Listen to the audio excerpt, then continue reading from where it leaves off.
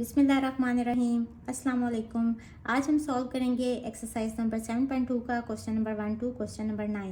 Lecture start करने से पहले मेरे चैनल को लाइक, सब्सक्राइब और शेयर ज़रूर कर देना। स्टार्ट करते हैं। Question number 1 is what type of quadrilateral EFGH is if EH equals to HG and EH equals to FG। अब क्वाड्रिलेटरल जो है ना, ये कोई भी चार कोनों वाली शेप होती है। ये एक स्क्वायर भी हो सकते हैं, रोम्बस भी हो सकते हैं, रेक्टेंगल, पैरेललोग्राम और ट्रेपीजियम। कोई भी शेप चार कोनों वाली क्वाड्रिलेटरल कहलाती है।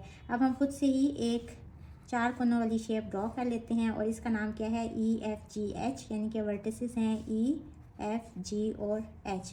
अब गिवन क्या है कि EH ये HG के इक्वल है। ये अपोजिट साइड्स है ना, ये दोनों इक्वल हैं। और क्या गिवन है कि EH ये इक्वल है FG के। ये भी अपोजिट साइड्स हैं, ये इक्वल हैं। Given is opposite sides are equal, so EFGH is a parallelogram. यही हमने प्रूव करना था कि ये कौन सी शेप है। अगर तो चारों साइड्स इक्वल होती तो ये एक स्क्वायर होता, लेकिन अपोजिट साइड्स इक्वल हैं तो ये एक पैरेललोग्राम है। Question number 2 is use vectors to find the length of diagonals. हमने डायगोनल्स की लेंथ फाइंड करनी है ऑफ अ पैरेललोग्राम। एक पैरेललोग्राम खुद से ही ड्रॉ कर लेते हैं और इसके वर्टिसेस के नाम भी खुद से ही रख लेते हैं क्योंकि गिवन नहीं है ABC और D। अब हमने लेंथ ऑफ डायगोनल्स फाइंड करना है ना, और यूज़ वेक्टर्स यानी कि हमने एरोस भी लगाने हैं, A से B की तरफ, B से C की तरफ, C से D की तरफ और D से A की तरफ। अब ए बी जो है ना, ये सी डी के इक्वल नहीं है। अगर एरो को देखें तो ए बी डी सी के इक्वल है। अगर तो हम सी डी लेंगे ना तो उसके साथ हम नेगेटिव साइन लगाएंगे क्योंकि सी डी जो है इसकी डायरेक्शन ए बी से अपोजिट है। अब हमें चूंकि डायगोनल्स की लेंथ चाहिए ना, तो हम डायगोनल्स भी ड्रॉ कर लेते हैं। अब इन पे किस तरह से एरो लगाएंगे, अगर तो ए सी डायगोनल को देखें तो ये रिजल्टेंट है ए बी और बी सी का। Using head to tail rule, first vector की टेल के साथ इसकी टेल होती है और सेकंड के हेड के साथ इसका हेड इधर आ जाएगा। और डी बी का एरो किस तरह से लगेगा, अब देखें यहाँ तो हेड है और यहाँ टेल है इस जगह पे। इट मीन्स कि इसकी टेल जो है ना, ये इसकी टेल के साथ आएगी और इसका हेड ए बी के हेड के साथ आ जाएगा। अब हमने क्या फाइंड करनी है, length of diagonals using adjacent sides. अच्छा, एडजेसेंट साइड्स क्या होती हैं, सपोज अगर मैं एक साइड दे रही हूँ ना, ये वाली 2i + j, तो इसके एडजेसेंट साइड बी सी भी है और ए डी भी है, यानी कि इसके बिल्कुल साथ वाली साइड्स ये एडजेसेंट साइड्स होती हैं। तो हम बी सी को i - 3j ले लेते हैं, आप ए डी को भी i - 3j ले सकते हैं। अब using head to tail rule, A C ये किसके इक्वल होगा, ए बी + बी सी के इक्वल। और हमने एरोस का भी ख्याल रखना है। ए बी इक्वल है 2i + j और बी सी इक्वल है i - 3j के। सिंप्लीफाई कर लेंगे, i वाली वैल्यूज़ ऐड हो जाएंगी। 2i + i इज़ 3i और plus j - 3j is -2j। अब हमें क्या चाहिए, लेंथ ऑफ डायगोनल्स। लेंथ किस तरह से आएगी, जब हम इसका मैग्नीट्यूड ले लेंगे, ए सी का मैग्नीट्यूड। ये तो वेक्टर आ गया ना, ए सी वेक्टर, इसका मैग्नीट्यूड लेंगे तो लेंथ आ जाएगी i कंपोनेंट का भी स्क्वायर प्लस j कंपोनेंट का भी square. This is equals to √9 + 4, this is equals to √13। A C एक डायगोनल की लेंथ आ गई √13। एक आंसर तो ये आ गया। अब हमने लेंथ फाइंड करनी है बी डी की। उसके लिए हमें सबसे पहले वेक्टर चाहिए B D. This is equals to, अब देखें बी डी, अच्छा इसको डी बी भी आप कह सकते हैं ना, डी बी कह लें, D B. This is equals to D A plus A B. अब देखें डी ए जो है ना, ये -AD है। अब इसको ए डी क्यों लिखा है, क्योंकि जब इसकी डायरेक्शन ऊपर की तरफ होगी ना, चूंकि ये पैरेललोग्राम है, जब डायरेक्शन भी इससे सेम हो जाएगी तो इसका आंसर भी i - 3j ही आ जाएगा प्लस ए बी। इसके बाद माइनस इंटू ए डी की जगह पे आप लिख लें बी सी, क्योंकि ये दोनों इक्वल हैं, और प्लस ए बी। अब इनकी वैल्यूज़ लगा दें, माइनस इंटू बी सी की क्या वैल्यू है, i - 3j और प्लस ए बी की क्या वैल्यू है, 2i + j। This is equals to -i - +3j plus 2i + j। -1 + 2 is +1i और +3 + 1 इज़ +4j। अब हमें क्या चाहिए, डी बी का magnitude. This is equals to i component का भी स्क्वायर प्लस j कंपोनेंट का भी square. This is equals to √1 + 16 √17। तो दूसरी लेंथ डी बी डायगोनल की आ गई √17। ये हमारे दोनों आंसर्स आ गए। Question number 3 is show that A02, B √3 - 1 and C 0 - 2 are the vertices of a right angle triangle। अगर तो ये right angle triangle के vertices हैं और सपोज ये पॉइंट है ए, ये है बी और ये है सी। इनके वर्टिसेस ये गिवन है, ए है 0 2, बी की वैल्यू है √3 और -1 और सी है 0 और -2। और हमने क्या प्रूव करना है कि ये वर्टिसेस जो है ना ए बी और सी, ये राइट एंगल ट्राइंगल के वर्टिसेस हैं। If A B and C are the vertices of a right angle triangle, then AC square यानी hypotenuse square using Pythagoras theorem equal होता है base square plus perpendicular square के। यानी hypotenuse क्या है यहाँ AC square equal to base square यानी AB square plus perpendicular square यानी कि BC स्क्वायर के इक्वल होना चाहिए। तो ये करके देख लेते हैं। ये अब हमने बेसिकली प्रूव करना है। अगर ये चीज़ प्रूव होगी तो इट मीन्स के ABC ये तीनों वर्टिसेस हैं राइट एंगल ट्राइंगल के। तो सबसे पहले तो हम AC फाइंड करेंगे। A के कोऑर्डिनेट लिख लें 0 और 2 हैं और B वर्टिस के कोऑर्डिनेट लिख लें √3 और -1। अब हमें AB वेक्टर चाहिए ना। AB किसके इक्वल होते हैं कि हम x वाले जो ये देखें, ये x1 y1 की वैल्यू होती है, ये x2 y2 की वैल्यू होती है। तो x2 - x1 और इसी तरह y2 - y1 -1 और माइनस इंटू 2। तो a भी हमारे पास क्या आ गया इक्वल्स टू √3 और -3। ये तो आ गया वेक्टर ए बी। अब इसकी हमें चूंकि लेंथ चाहिए ना, तो लेंथ ऑफ ए बी कैसे आएगी, इसका इस वेक्टर का हम मैग्नीट्यूड फाइंड कर लेंगे। मैग्नीट्यूड किस तरह से फाइंड करते हैं कि आई कंपोनेंट का भी स्क्वायर, देखें ये कंपोनेंट फॉर्म है, अगर इसको आप वेक्टर फॉर्म लिखें ना तो √3i प्लस इंटू -3j आ जाएगा। This is equals to √3i - 3j। ये अब हमने इसकी वेक्टर वाली फॉर्म लिख ली है। अब यहाँ से हम मैग्नीट्यूड फाइंड करेंगे तो आई वाले कंपोनेंट का भी स्क्वायर और प्लस जे वाले कंपोनेंट का भी स्क्वायर यानी कि -3 का square. This is equals to यहाँ स्क्वायर स्क्वायर रूट से कट जाएगा तो अंडर रूट में 3 आ जाएगा और यहाँ +9 आ जाएगा। 9 + 3 इज़ √12। ये तो आ गया ए बी मैग्नीट्यूड यानी कि ये वाली लेंथ ए बी। अच्छा, ये फाइंड करने का एक और तरीका भी है, आपने डिस्टेंस फार्मूला भी पढ़ा हुआ है। बेसिकली ये भी तो लेंथ आई है ना, डिस्टेंस आया है ए बी का। अगर तो आप डायरेक्ट डिस्टेंस वाला फार्मूला यूज़ करें तो आप क्लास 9 में पढ़ चुके हैं, x2 - x1 का स्क्वायर प्लस y2 - y1 का स्क्वायर। इस तरह से आप करते हैं कैलकुलेट। अब d डिस्टेंस है ना, यानी कि ए बी डिस्टेंस है, ये किसके इक्वल आ जाएगा √x2। x2 यहाँ क्या है √3 - x1 क्या है 0, इसका स्क्वायर प्लस y2 क्या है -1 और माइनस y1 क्या है 2, इसका भी स्क्वायर। देखें अब ये वाली पूरी कौन सी फॉर्म बन रही है, यही वाली चीज़ बन रही है। अगर आप इसको थोड़ा सा सिंप्लीफाई करें ना, ये क्या बन रहा है √3 का स्क्वायर और प्लस -3 का स्क्वायर। देखें ये यही वाली चीज़ आ रही है। तो यहाँ से भी आप कैलकुलेट करेंगे तो इसका आंसर भी √12 आ जाएगा। अब आपकी मर्ज़ी है कि चाहे आप यहाँ पहले वेक्टर फाइंड करें फिर उसका मैग्नीट्यूड फाइंड करें तो ये वाले वेक्टर की लेंथ आ जाएगी, या आपकी मर्ज़ी है कि डिस्टेंस फार्मूला यूज़ करते हुए डायरेक्ट ये वाला डिस्टेंस ये वाली लेंथ फाइंड कर लें। बहरहाल चूँकि ये चैप्टर है वेक्टर से रिलेटेड तो इसलिए मैं वेक्टर्स ही फाइंड करूँगी। अब हमें चाहिए बी सी इक्वल्स टू, सबसे पहले तो ये कोऑर्डिनेट्स लिख लें। बी के कौन से कोऑर्डिनेट हैं √3 और -1 और सी के कौन से कोऑर्डिनेट्स हैं 0 और -2। यहाँ ये वाली टर्म्स x1 y1 है और ये वाली वैल्यूज़ x2 y2 की हैं। अब चूंकि हमें बी सी चाहिए, this is equals to x2 - x1 यानी कि 0 - √3 और y2 - y1 -2 और minus into -1। This is equals to -√3 और -2 +1 हो जाएगा। -2 + 1 इज़ -1। इसके बाद चूंकि ये तो वेक्टर है, हमें इसका मैग्नीट्यूड चाहिए। This is equals to √of this term का भी स्क्वायर प्लस -1 का भी स्क्वायर। जब नेगेटिव साइन का स्क्वायर लेंगे तो ये तो पॉजिटिव साइन आ जाएगा और जब √3 का स्क्वायर लेंगे तो स्क्वायर स्क्वायर रूट से कट जाएगा, यहाँ रह जाएगा सिर्फ 3 और यहाँ +1। 3 + 1 इज़ 4, 4 का अंडर रूट लें तो इसका आंसर आ जाएगा 2। इसके बाद हमें क्या चाहिए, ए बी भी ले लिया, ए सी हमें चाहिए, ए सी। तो ए और सी ये दोनों कोऑर्डिनेट्स लिख लें। ए है 0 2 और सी है 0 और -2। ये x1 y1 की वैल्यूज़ हैं, ये x2 y2 कोऑर्डिनेट्स हैं। अब हमें चूंकि ए सी वेक्टर चाहिए, this is equals to x2 - x1 और y2 - y1, ये आ गया इक्वल टू 0 और -4। अब इसका भी हमने मैग्नीट्यूड फाइंड करना है चूँकि हमें लेंथ चाहिए। तो 0 का स्क्वायर प्लस -4 का स्क्वायर, ये हो जाएगा 0 स्क्वायर 0 ही और -4 का स्क्वायर 16 होता है। तो ए सी की वैल्यू आ जाएगी 4। अब इसको इक्वेशन नंबर 1 कह लें यूजिंग 1। ए सी स्क्वायर यानी कि 4 का square, this is equals to A B. A B क्या है √12 का स्क्वायर और प्लस बी सी क्या है 2 का स्क्वायर, यहाँ आ जाएगा 16, यहाँ स्क्वायर रूट से कट जाएगा, 12 + 4 is also 16। Left hand side equal आ गई राइट हैंड साइड के।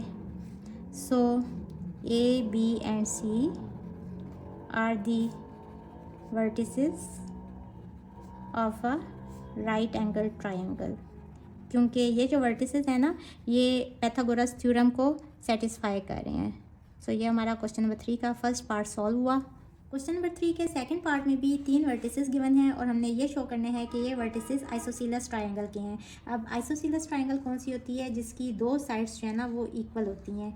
अगर ये साइड है ए, ये है बी और ये है सी, तो कोई सी दो साइड्स इक्वल होनी चाहिए। इस केस में हम कहेंगे कि ये आइसोसीलस ट्रायंगल है। तो सबसे पहले तो ए और बी के कोऑर्डिनेट्स लिखने, और इसके बाद आप डिस्टेंस फार्मूला भी यूज़ कर सकते हैं और वेक्टर मेथड भी यूज़ कर सकते हैं। आप लेंथ फाइंड करनी है ना ए बी की, तो वेक्टर मेथड यूज़ करते हुए x2 - x1, फार्मूले का नेगेटिव साइन और ये वाला x1, इसी तरह y2 माइनस ये वाला y1, ये इक्वल टू आ जाएगा -5 और -4 के। इसके बाद हमें चूंकि ए बी की लेंथ चाहिए, मीन्स कि हमें इसका मैग्नीट्यूड चाहिए, -5 का स्क्वायर प्लस -4 का स्क्वायर, आई कंपोनेंट का भी स्क्वायर प्लस जे वाले कंपोनेंट का भी square. This is equals to √25 + 16 equals to √41। इसके बाद हमें बी सी लेंथ चाहिए, तो ये वाले भी कोऑर्डिनेट्स लिख लें, -2 -3 और सी के हैं 2 और 2। बी सी चाहिए ना, तो सबसे पहले बी सी वेक्टर फाइंड कर लेंगे, x2 - x1, 2 माइनस और ये वाला -2, और इसी तरह y2 2 है और माइनस और y1 -3। This is equals to 2 minus +2, तो 2 + 2 इज़ 4, और यहाँ भी माइनस प्लस हो जाएगा, तो 2 + 3 इज़ 5। इसके बाद चूंकि हमें इसकी लेंथ चाहिए तो इसका मैग्नीट्यूड ले लेंगे। This is equals to 4² + 5² equals to √16 + 25 equals to √41।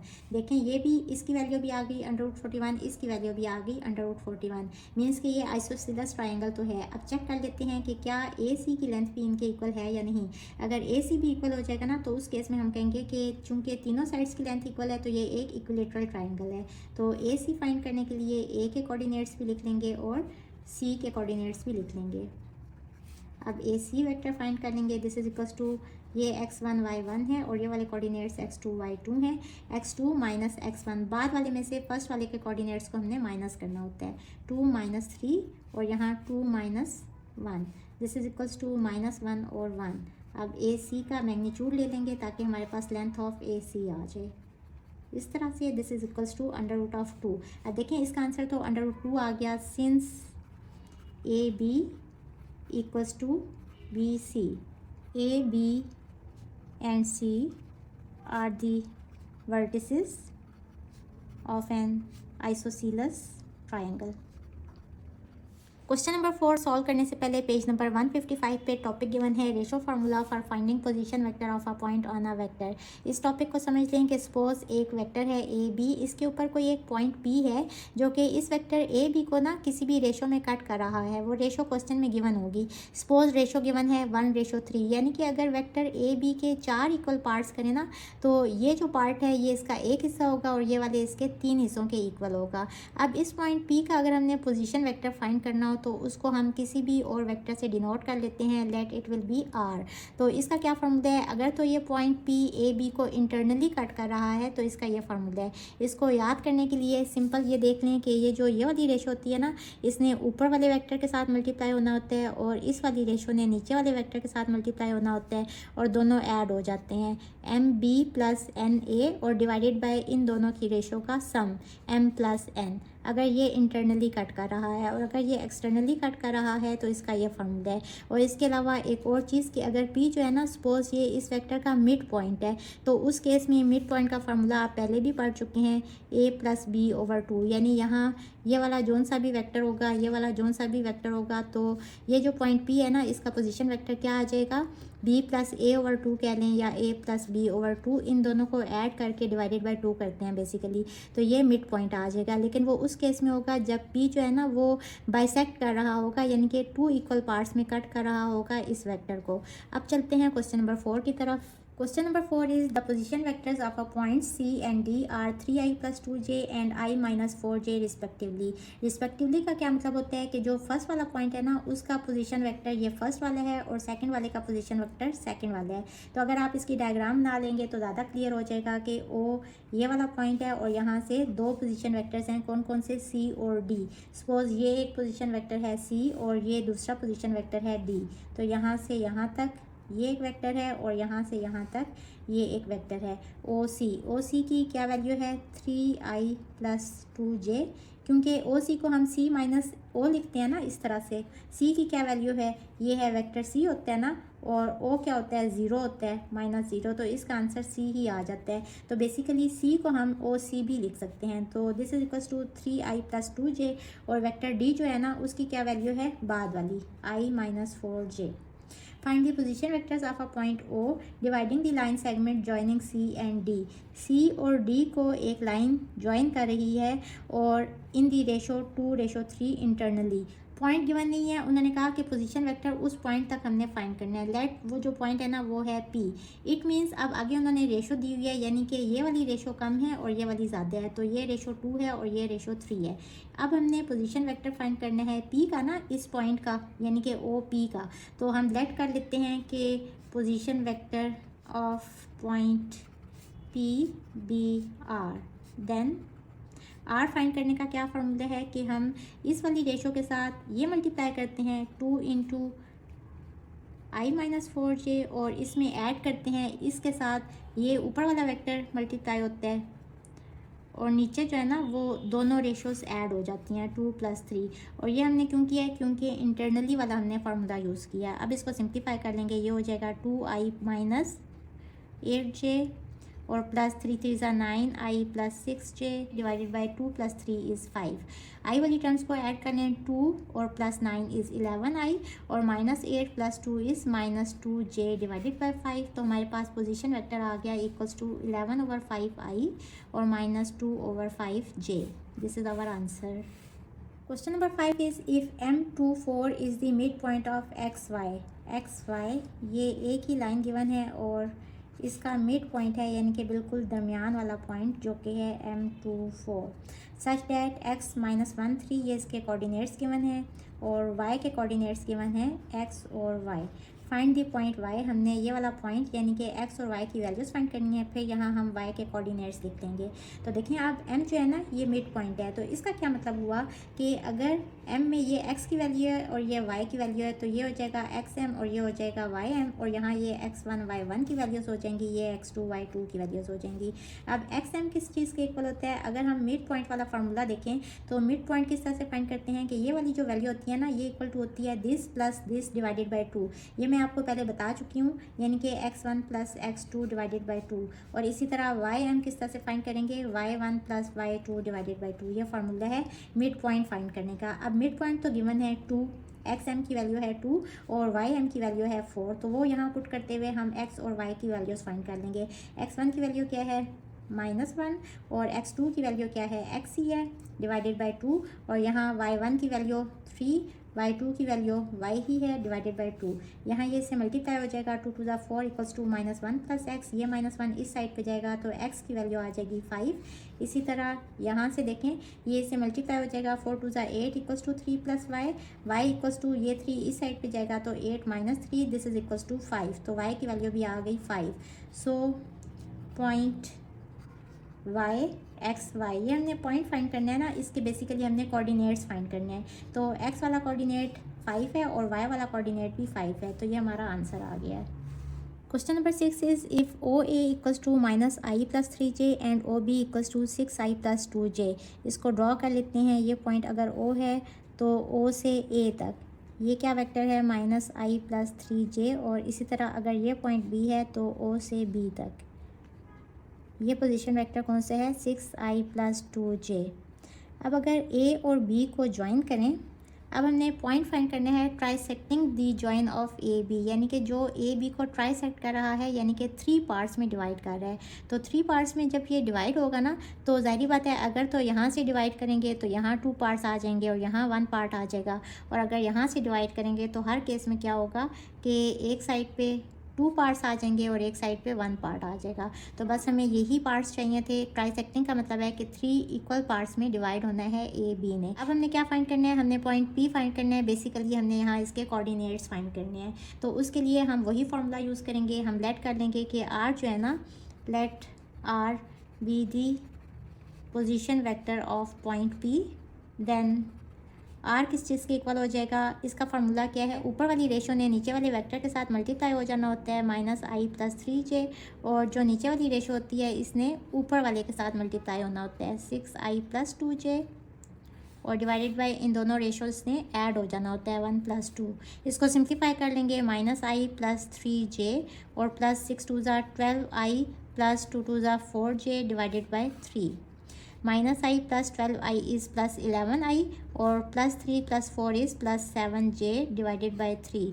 तो हमारे पास जो पोजीशन वेक्टर है ना वो क्या आ जाएगा, 11/3i और +7/3j। लेकिन हमें तो यहाँ वैल्यूज़ चाहिए ना, यानी कि x और y कंपोनेंट्स चाहिए। तो इसको हम किस तरह से लिखेंगे कि 11/3 और कोमा डालेंगे i के बगैर और j के बगैर। इस तरह से हम कंपोनेंट्स लिखते हैं ना। तो ये हमारे पॉइंट P के कोऑर्डिनेट्स आ गए। So this is our answer. Question number 8 is find the coordinates of the vertex D of a parallelogram. एक पैरेललोग्राम है और उसके कौन कौन से वर्टिसेस हैं, A B C D, ये वर्टिसेस हैं इसके।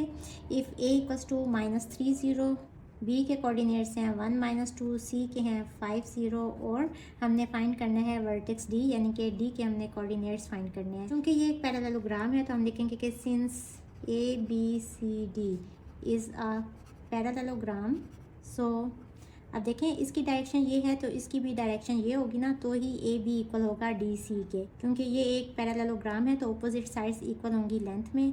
तो यहाँ से हम ए बी फाइंड कर लेंगे और यहाँ से हम डी सी फाइंड कर लेंगे। ए बी किस तरह से फाइंड करते हैं, बी माइनस वेक्टर ए, और डी सी कैसे फाइंड करेंगे, सी माइनस वेक्टर डी। हम लेट कर लेते हैं कि डी के जो कोऑर्डिनेट्स हैं ना वो एक्स वाई हैं। आप यहाँ लिख लें कि let D X Y be the coordinates of D। Then इसके बाद B है, B यानी कि ये x2 और y2 की वैल्यूज़ होती हैं और ये x1 y1 की वैल्यूज़ होंगी। अब B माइनस a यानी कि x2 माइनस x1, तो ये हो जाएगा 1 माइनस इंटू -3, और इसी तरह y2 है -2 और फार्मूले का नेगेटिव साइन, और y1 है 0। दिस इज इक्वल्स टू, अब हमें क्या चाहिए, c माइनस टी। उसी तरह से ये वाले कोऑर्डिनेट्स x1 y1 होंगे और ये वाले x2 y2 होंगे। बेसिकली जो यहाँ सेकंड वाली टर्म होती है ना उसके कोऑर्डिनेट्स में से फर्स्ट वाले को माइनस करना होता है। सेकंड वाला है c, तो c वाले में से यानी कि 5 वाले में से ये वाला माइनस होगा।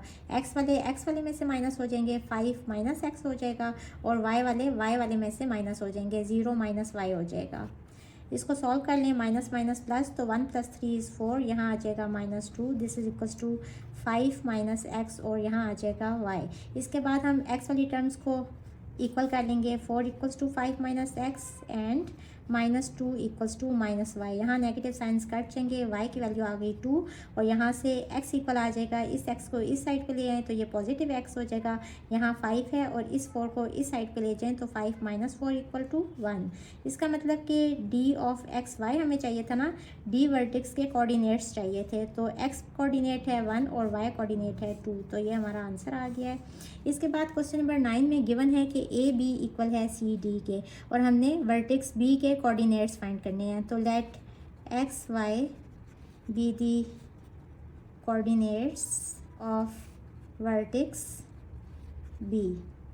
Given is A B equal to C D. अब फार्मूला क्या होता है कि x2 में से x1 वाली टर्म को माइनस करना होता है और y2 में से y1 वाली टर्म को माइनस करना होता है। यहाँ भी x2 में से x1 को माइनस करना होता है और y2 में से y1 को माइनस करना होता है। x2 यानी कि जो b का x वाला कोऑर्डिनेट है, b का x वाला कोऑर्डिनेट कौन सा है, x है ना, और a का x वाला कोऑर्डिनेट कौन सा है, वो x1 होता है 0। और इसी तरह b का y वाला कोऑर्डिनेट कौन सा है, y, और a का y वाला कोऑर्डिनेट कौन सा है, 2 इक्वल्स टू। अब सी डी है ना, c के कोऑर्डिनेट्स लिख लें ताकि आपके लिए आसानी हो जाए।